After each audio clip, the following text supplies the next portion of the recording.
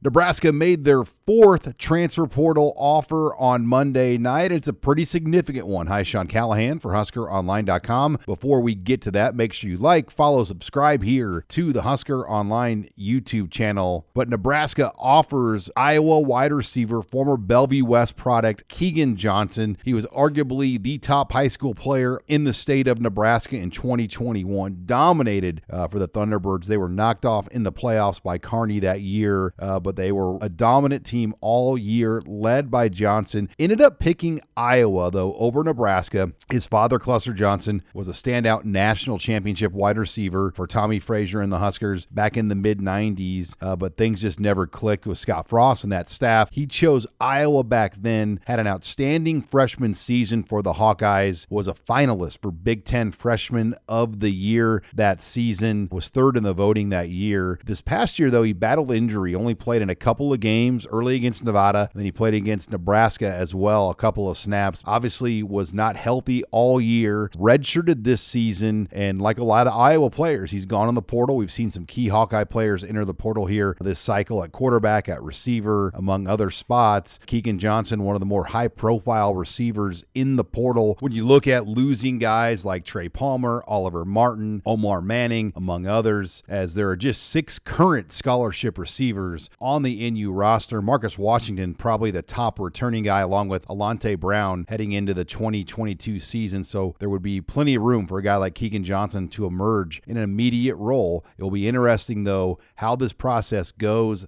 A lot of teams are going to be interested in Kegan Johnson. For HuskerOnline.com, I'm Sean Callahan.